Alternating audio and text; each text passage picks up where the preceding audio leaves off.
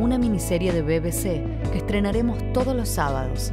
No te lo pierdas, esta semana en La Nación Más. Sigue Café de la Tarde.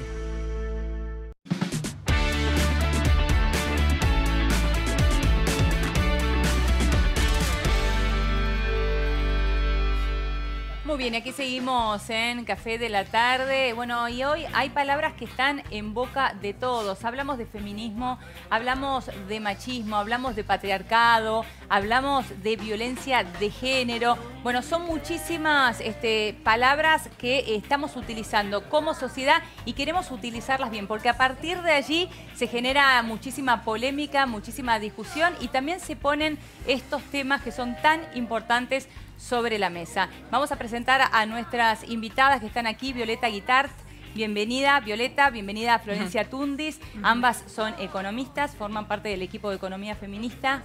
Bienvenidas, bienvenida Romy Saluso, Víctor Pombinio también.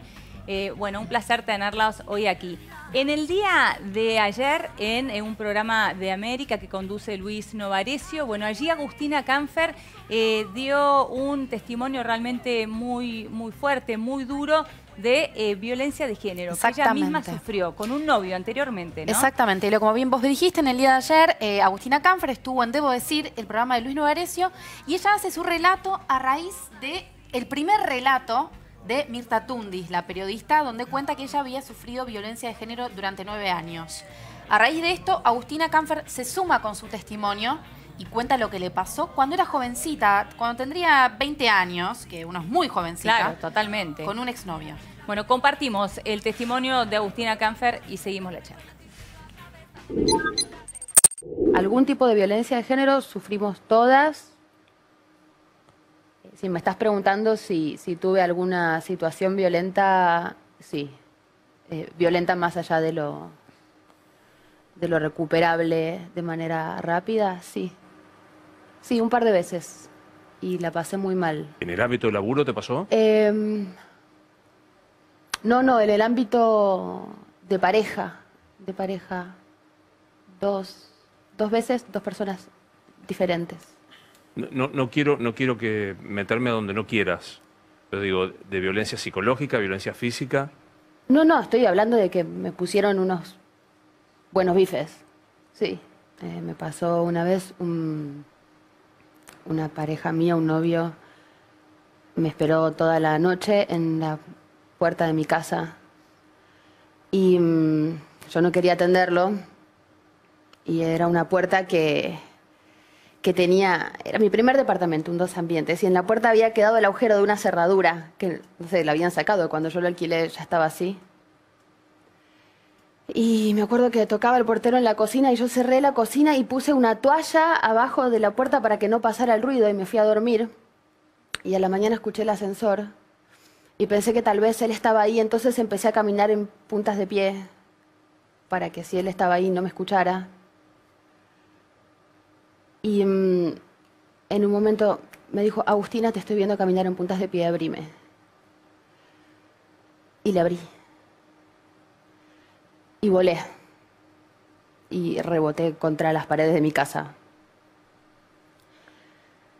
Y en un momento fuimos. Me arrastró a la habitación, me acuerdo que quise agarrar el teléfono para llamar a alguien que no sabía ni a quién llamar, agarré el teléfono. Lo arrancó de la pared, la habitación tenía un desnivel y se sentó en el desnivel y me dijo que no me iba a mover de ahí hasta que él decidiera que me podía ir de ahí. Y así pasó hasta que se dio por satisfecho, se aburrió, no sé, se fue. ¿Nunca pudiste denunciarlo? No, es que solamente no pude denunciarlo. Para mí yo tenía que cuidarlo, porque el que estaba mal era él. Es una locura, pero es lo que le pasa a muchas mujeres que sufren violencia de género física. Bueno, hasta allí el testimonio de Agustina Canfer, un testimonio realmente duro que aparentemente surge en el programa después de los dichos de Mirta Tundis, como recién nos contaba Romy, ¿no? A partir de lo que cuenta Mirta, ella se Le da anima. pie, exactamente. Y Agustina después contó que cuando llegó a Canal 9, ella en esa época era muy jovencita y trabajaba en Canal 9. Y no se animó a contar esta situación a sus compañeros. Solo se lo contó a una persona que era muy cercana a ella. Y bueno, después los compañeros la pudieron contener.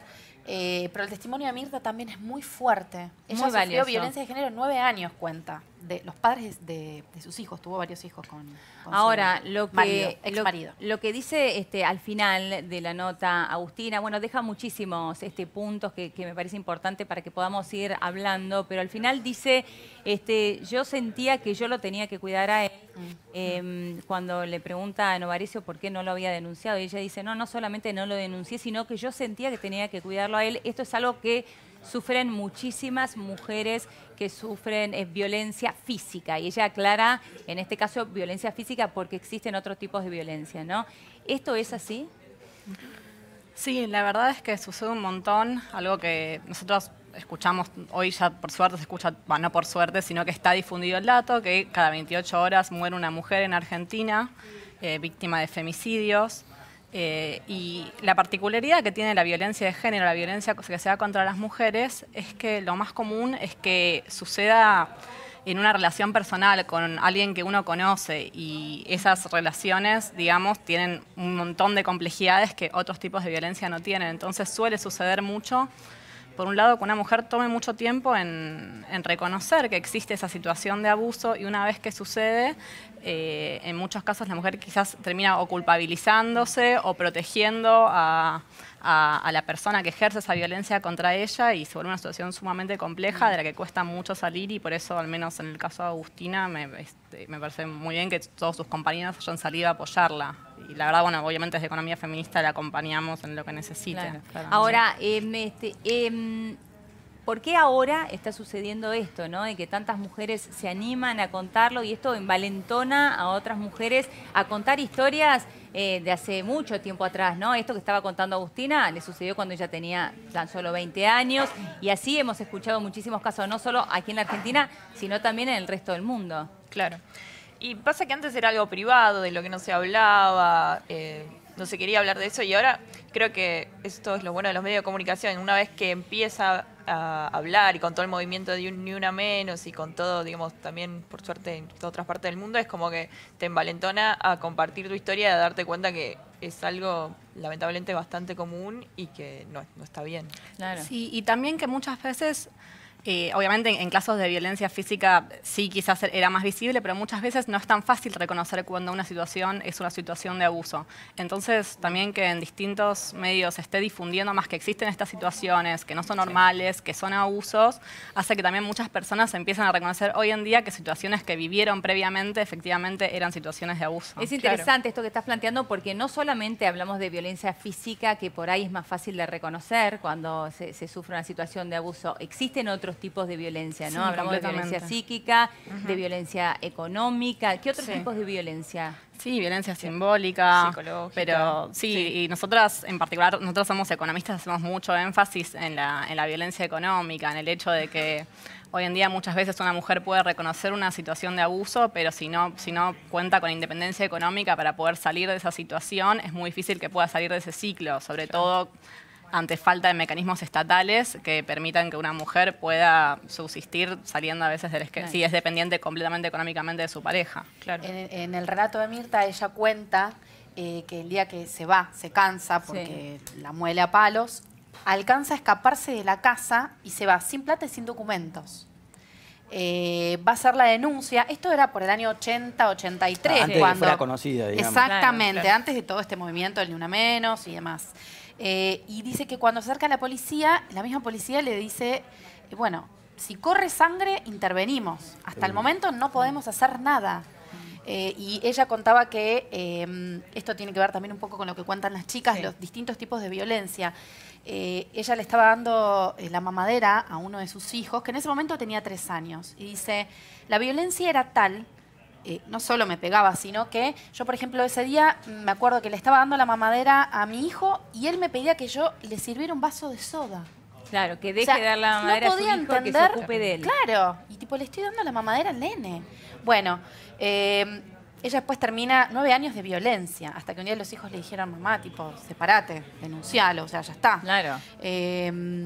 Se separa y termina la historia, su ex marido fallece muy enfermo, porque en un momento Luis Novarizo le pregunta, ¿y vos lo perdonaste? La misma pregunta que le hace Agustina Canfer. Sí. Y ella le dice, y yo lo perdoné, porque mi marido terminó muy enfermo y mis propios hijos me pidieron que yo lo ayudara, porque Qué no difícil, tenía ¿no? obra social, estaba muy enfermo, sufría de un cáncer muy fuerte y lo tuve que perdonar y ayudarlo. Y acá se invierte el rol porque lo que está Sí. contando Romy es, él no tenía obra social, ¿no? Estaba enfermo sí. y ella salió en su ayuda. Digo justamente por este tema de la economía que Sí. ustedes hablaban y el Sí, poder sí. económico. En este caso el poder económico se había girado, había invertido, tomado un sí. giro y lo tenía Mirta en este caso, ¿no? Claro. Ujú, sí. Bueno, es lo que habla ella de las tareas, justamente esto del hombre que le pide cuando está el bebé que le sirva el vaso de soda, es también la internalización de que la mujer es la que tiene que hacer todo el trabajo doméstico de la casa. Claro, totalmente. Tenemos algunos datos que son del día de hoy de la ciudad de Buenos Estos Aires. datos salieron hoy. El Ministerio de Desarrollo Humano de la ciudad hizo una encuesta online del que participaron más de 8.000 mujeres y el resultado que dio fue que la mitad, 5 de cada 10, reconoce que su pareja actual tiene algunos rasgos de violencia. Es un número 5 de cada 10, o importantísimo. sea, la mitad. La mitad de las mujeres. mujeres que respondieron, que son más de 8.000, reconocen que su pareja actual tiene rasgos violentos. Yo hice la encuesta, porque la pueden hacer tanto hombres como mujeres, y nada, tiene como no solamente, no es te pega, sino controla dónde estás, controla dónde vas, Claro. Claro. tiene este sometimiento de tipo económico. Es interesante, les recomiendo que si pueden entrar, es en buenosaires.gov.ar/El amor hace bien. Y ahí está Y está bueno para reconocer aparte estos rasgos que vos estabas mencionando recién, porque si no uno se queda solamente en los más conocidos, pero Sí. controlar a dónde va el otro, el exceso de control, el controlar cómo se viste. Eso, controlar ¿no? cómo se Sí, viste. sí, sí. Sí, También sí, las los chicas, no sé, celos. sabrán más, no sé si es un primer paso hacia una relación más violenta o puede que o queda ahí. Sí, muchas veces son signos. Sí, lo que se habla mucho en economías feministas se habla mucho del iceberg de la desigualdad, ¿no? Entonces vos tenés la punta del iceberg en el que se ven todos los síntomas más fuertes Sí. del machismo, que son la violencia, los gritos, los golpes, El bueno, micromachismo. en peor instancia los femicidios, pero después todo abajo del iceberg tenés un montón de aspectos que no se ven tan claramente, pero que son los mecanismos que están sosteniendo que se perpetúen este tipo de situaciones y que tienen que ver con pequeños micromachismos, con que se dé por sentado que las tareas domésticas son trabajo de la mujer, Totalmente, con que se claro. considere que ese trabajo vale menos que el trabajo en los sectores productivos, con que la mujer no tenga independencia económica, o con que a la hora de salir al mercado laboral lo haga en condiciones de desigualdad. Bueno, mira, justamente con esto que estás diciendo, hoy justamente en una nota del diario, dice, el mercado penaliza la maternidad. Las madres ganan un 18% menos que las que no Sí. lo son cuando trabajan en un ámbito formal, ni hablar en el ámbito Exactamente. informal, ¿no? Sí, Pero sí. ya solamente en el ámbito formal, un 18% menos. Sí, es terrible. Las mujeres no solo ganamos menos que los hombres, sino que además cuando una mujer es madre gana menos que una mujer que no lo es. Es terrible ese dato y es una evidencia muy clara de cómo la maternidad termina afectando la vida laboral de las mujeres. El hecho de que las tareas de cuidado sigan recayendo en las mujeres termina perpetuando eso, digamos. Y es algo que sucede tanto para las mujeres que las trabajan como las que Pero no. ¿es solamente por las tareas de cuidado en sí o es No. por el preconcepto de aquellos que toman a una madre y que ya solamente por ser madre, bueno, le deciden pagarle menos más allá de que esa mujer se trabaje igual que un hombre o incluso mejor? Claro. Bueno, en economía tenemos la brecha salarial, justamente está la parte explicada y la parte no explicada. Sí. La parte no explicada es básicamente te pagan menos solo por el hecho de ser mujer. Es como el mismo trabajo, las mismas horas, mismos estudios, te pagan menos solo por ser mujer. Ya de base por ser mujer. Claro, No importa si sos exactamente. mamá o no. Ahí ya es Claro, no solamente por importa. ser Sí. mujer. Exactamente. Tremendo, sí. Y bueno, y la parte explicada, digamos, entre comillas, explicada, es todo el resto, digamos, que trabajan menos horas porque tienen que dedicarse a la casa, a los hijos, tienen que... Ni hablar si se enferma para lo que es para el que te contrata, Sí, ¿no? Si se enferma tu hijo, Sí. claro. Sí, y hablamos de Sí. lo que es techo Sí, techo de cristal. Bueno, que algo también, cuando hablamos también de la brecha de género por maternidad, es que también, por ejemplo, cuando una mujer es madre, por ejemplo, se le termina complicando mucho más así quedarse en reuniones de fuera horario laboral, porque quizás tiene que ir a buscar a los hijos, se le complica más que la manden a conferencias al exterior, o quizás no se le complica, pero ya de por sí, a la hora de que un jefe elija a quién manda, quizás no la va a asume elegir. que la madre no va a poder Claro. ocuparse, aunque incluso el hombre al que manda quizás tiene un hijo, bueno, se asume que la mujer no lo va a hacer, y también eso también repercute, digamos, con que, por ejemplo, termina ocupando distintos puestos dentro de la escala jerárquica de su organización. Claro, Entonces eso- termina claro. influyendo Discúlpame, mucho también. Eso también sucede no solo con jefes hombres. Sí, completamente. Totalmente. completamente. Mujeres también. Jefas mujeres Obviamente. también. Sí, el machismo no cierto. distingue género. Claro. Totalmente. Cuando hablan de techo de cristal, cuéntenos a qué se refiere. Justamente nos referimos a que hoy en día, algo que no es mucho, es que las mujeres hace mucho ya nos venimos insertando laboralmente, que estamos educadas, con niveles de educación incluso superando a los de los hombres, que trabajamos remuneradamente y demás.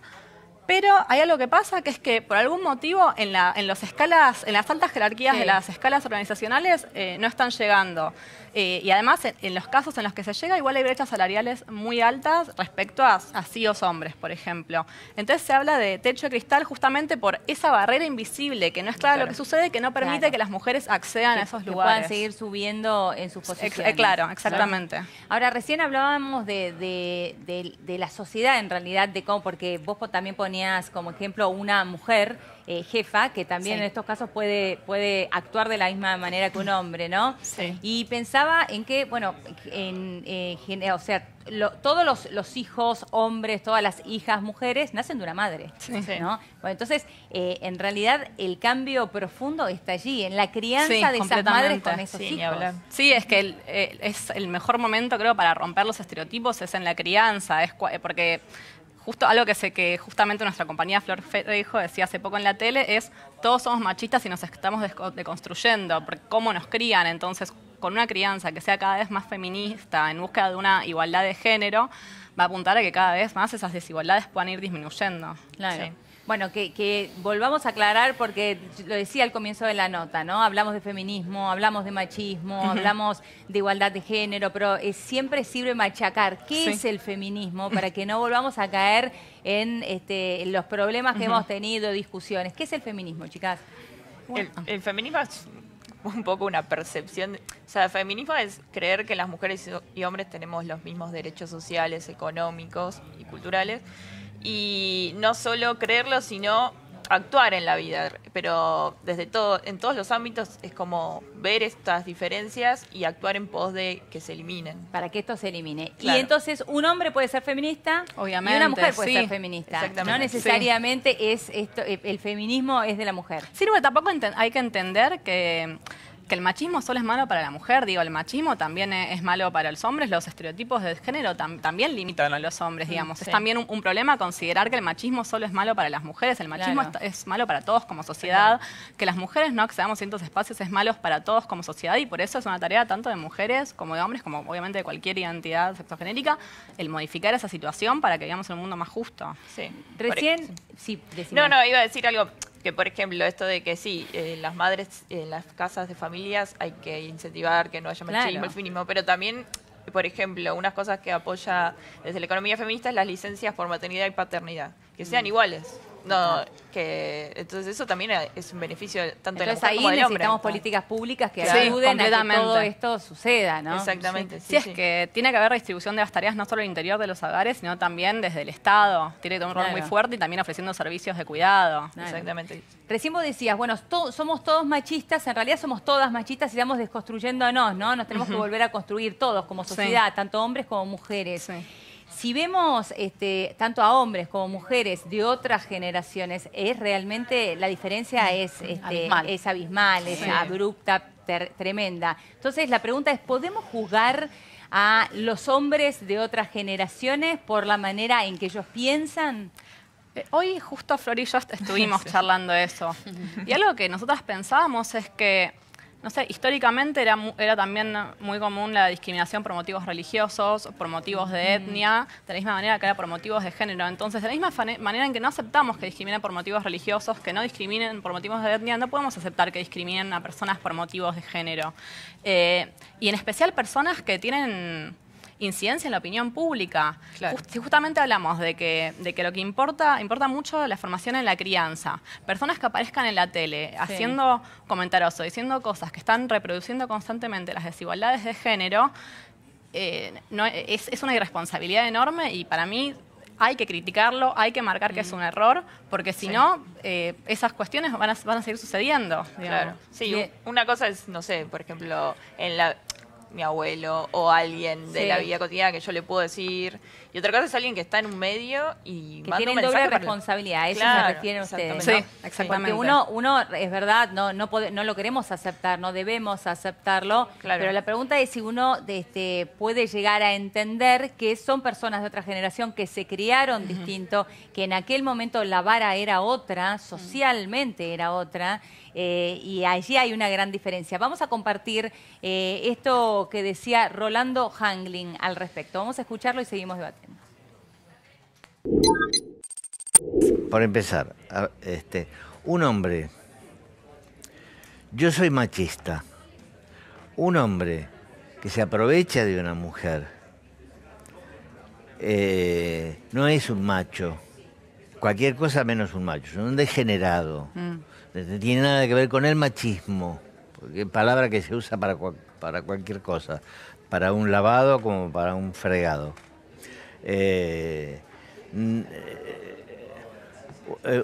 Un macho, un hombre, varón, siente la necesidad y el instinto de proteger a su hembra, a su mujer y a sus hijos. Y a eso dedica su vida. Nosotros nacimos trabajando, somos burro de carga. Nada glamoroso, pero burro de carga sí. Nosotros a eso nos hemos dedicado desde que empezó el ser humano, hará unos 300.000 años. Bueno, 300, pero viste que evolucionamos. En algunos aspectos hemos evolucionado. Y las mujeres también salen a trabajar, muchas están solas y tienen que sostener la casa, por ejemplo. Sí, es verdad. Y en otros hemos retrocedido. Bueno, allí Rolando Hangling claramente creo que confunde el machismo con el hombre protector, ¿no? Sí. Y aparte, para mí, hay dos vías de error muy grandes. Por un lado, asumir que la mujer que está en la casa no está trabajando. Asumir que eso no es trabajo. Gran punto el que acabas de marcar, pero grandísimo punto, porque hasta que no tenemos conciencia de esto, no hay un cambio real. Es eso, es lo que decía al principio. La sociedad valoriza muchísimo el trabajo productivo, el trabajo que es para vender, para conseguir dinero, y el trabajo que tiene que ver con la reproducción de la vida, y que es un montón de trabajo. En general, por ejemplo, las mediciones del INDEC, cuando miden lo que es el trabajo doméstico, terminan siendo 6 horas por día, todos los días. Es un trabajo que es desgastante, que es gasto de energía, y que recién tiene un valor económico cuando ese trabajo se terceriza, contratando, por ejemplo, a una trabajadora doméstica. Sí. Entonces, ahí hay un tema fundamental, que es que el asumir que la mujer que está en la casa no está trabajando. Claro. También asumir el hecho de que la mujer haya tenido un periodo desde la revolución industrial un poco más avanzada hasta los años 50, 60, que no trabajaba, no significa que la mujer a lo largo de la historia no haya trabajado, digamos, hasta ejemplo básico, pero cualquier película que ves mujeres tejiendo, ves mujeres arando, ves mujeres haciendo cosas. Entonces también es un mito de que las mujeres nunca trabajaron hasta los años 70. Claro. Exacto. Así que, y después, no es en esta entrevista de él, pero en otra entrevista que le hacían, hablaba sobre las complementariedades entre las mujeres y los hombres. Y también ahí reproducen muchísimos estereotipos, ¿no? La idea de que, no sé, las mujeres por poder parir o amamantar, ya a partir de eso se asume que hacemos tareas de limpieza, de cuidado y demás, y por eso nos complementamos con el hombre protector que trabaja, digamos, como que reproduce que hombres y mujeres tienen que hacer tareas distintas, digamos, justamente que hay una división sexual del trabajo que al menos para nosotros hay que romper. Claro, pero que es algo generacional, ¿no crees que es algo generacional? Sí. generacional, no sé, hace 80 años. Claro. Hay muchas personas de su edad que no piensan así. Sí, coincido que es algo generacional, porque esto no solo sucede con los hombres. Hay también mujeres que también inconscientemente van obviamente metiendo ese mensaje. Sí, claro. Yo creo que es algo generacional. Creo que algunos han tenido la suerte de por ahí toparse con familiares o con padres que eran más, más evolucionados. Sí, también es eso. Hay gente que por fue lo general cambiando. hay una generación, y digo de hombres y mujeres, porque las mujeres no quedan afuera de esto, que tienen esta visión. Sí, y que abogan por esta, a sus hijos, por esta división que vos hacías recién muy bien, ¿no? Que creer que porque la mujer pare, porque la mujer trae vida, puede dar amamanta, y entonces todos los temas del hogar son suyos, y el hombre es el hombre proveedor, ¿no? El hombre que trabaja. Es de otra época. Sí, además es una visión muy heteronormativa, digo, ya no existe solo la pareja hombre-mujer, hay un montón de... totalmente. Obvio. O la mujer sola. Los hogares monoparentales. Monoparentales, perfectamente. Sí, totalmente. Es un porcentaje muy alto. Ahora, por otro lado, también, hay muchas, tanto hombres como mujeres, que no se sienten representados por muchas posturas radicalizadas que existen por parte del feminismo. Entonces, por estas posturas radicalizadas dicen, bueno, yo no soy feminista, porque si el ser feminista es esto, yo entonces no estoy de acuerdo con esto. ¿Ustedes están de acuerdo con que existen estas posturas radicalizadas? Mi impresión es que muchas veces es más un mito de esas posturas radicalizadas. O sea, nosotros en general conocemos muchísimas feministas de distintos tipos, y ese mito de la feminista que odia a los hombres y los... No lo hemos visto, digamos. Bueno, hay como una construcción social de lo que es la feminista. Claro. Sin ir más lejos, cuando habló Araceli González, ¿no? Que confundió el término feminismo, ¿no? Estamos todos de acuerdo con esto. Recibió unos ataques, pero feroces. Bueno, ahí sí veíamos posturas radicalizadas, ¿no? Bueno, ni hablar del pobre, el Facundo Arana, que tuvo... También. La desafortunada idea de decir lo que dijo, y bueno, lo mataron por todos lados. Claro. Después él pidió perdón, pidió disculpas, explicó. En vez de informarse por ahí antes de hablar, o si no, también mucho pasa en los medios que le van a consultar sobre feminismo, sobre cuestiones de género a gente que no está especializada en el tema. Entonces, es como también... Una cosa que yo veo es que, bueno, este 8 de marzo va a haber un paro, y parecería que el feminismo está un poco cooptado, si no diría secuestrado, por ciertas facciones políticas. O sea, yo leo las cosas y tipo van contra el gobierno, o sea, parecería que lo toma la izquierda y el kirchnerismo se lo apropian y van contra el gobierno, que de repente tiene personas valiosas como la vicepresidenta o como la gobernadora Vidal, que parecerían ser mujeres luchadoras y que ocupan cargos importantes. ¿Ustedes cómo lo ven? Y, por un lado, el feminismo es político. Digamos, no podemos, o sea, justamente es salir de la esfera de lo privado al mundo público. Y más allá de eso, también el feminismo, digamos, hoy creo que una tarea central, nosotros, por ejemplo, en Economía Feminista nos la pasamos difundiendo datos de desigualdades o informes internacionales, por ejemplo, de políticas públicas, pero justamente porque nos parece que el Estado tiene que tener un rol activo, y las movilizaciones políticas justamente son para disputarle al Estado que haga ciertas cuestiones, por ejemplo, el aborto, por ejemplo... esto de los jardines, licencia de paternidad y maternidad. Jardines materno-parentales. Entonces, necesariamente es político el reclamo.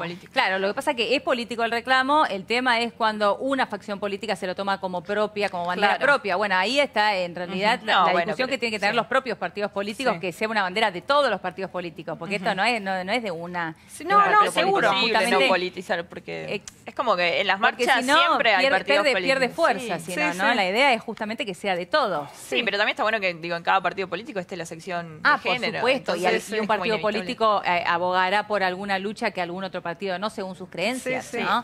No, si tienen más lejos, nosotros no militamos ningún partido político. No militamos partidariamente, tenemos nuestra organización, que es muy activa dentro del feminismo. Y somos más de los datos, de la información, pero también algo importante porque él decía, bueno, que está la vicepresidenta y la gobernadora. Es importante, obviamente, que haya mujeres en cargos políticos importantes, pero que también tengan una visión de género, porque, por ejemplo, no sé, quizás después no ves ministras mujeres, o en cargos importantes, tenés la cabeza. Bueno, está la de Desarrollo Social, Stanley, está Bullrich en seguridad. Patricia Bullrich. Pero, claro, de 23 ministros. Es un porcentaje muy bajo. Es un porcentaje muy bajo. Entonces, es no solo ocupar espacios, sino ocupar espacios y hacerlos feministas. Sí, eso es muy importante. Y también el hecho de las medidas, las políticas y medidas económicas que se toman tienen impacto diferenciado en términos de género. Entonces también es importante que las personas que ocupan esos cargos estén atentas a esas cuestiones. Digamos, ser mujer, o sea, que defiendan esas banderas, ¿no? Sí, exactamente. Claro, exactamente. Sí, que le den un lugar en el presupuesto que corresponde. Exactamente. Porque se necesitan justamente para que estas políticas públicas funcionen, se necesita plata. Claro, en el presupuesto que se aprobó ahora, la palabra mujer, nosotros hicimos un control F, en 300 páginas aparece 2 veces como notas al pie.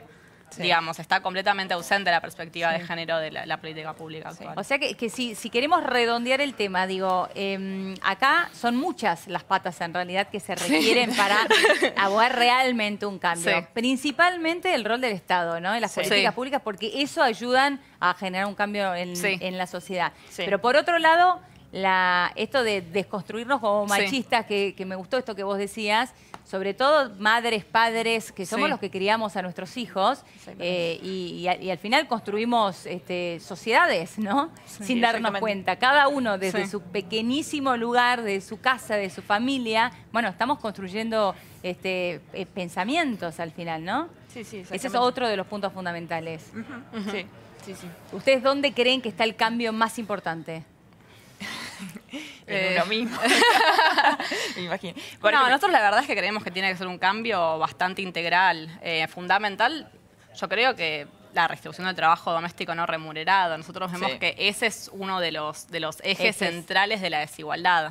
Que el hecho de que hoy todavía se invisibilice ese trabajo y que se siga asumiendo que es una tarea de la mujer es... Además, por ejemplo, algo que hablábamos hoy con Violeta era el tema de los jardines materno-paternales. Hay una ley de hace 1964 que, bueno, ya está vieja porque habla solo de trabajadoras, pero no habla de trabajadores también porque justamente estamos diciendo, tanto mujeres como hombres se tienen que encargar de los cuidados y de las tareas domésticas. Bueno, esa ley, además de hablar solo de trabajadoras, nunca se reglamentó. O sea, la ley dice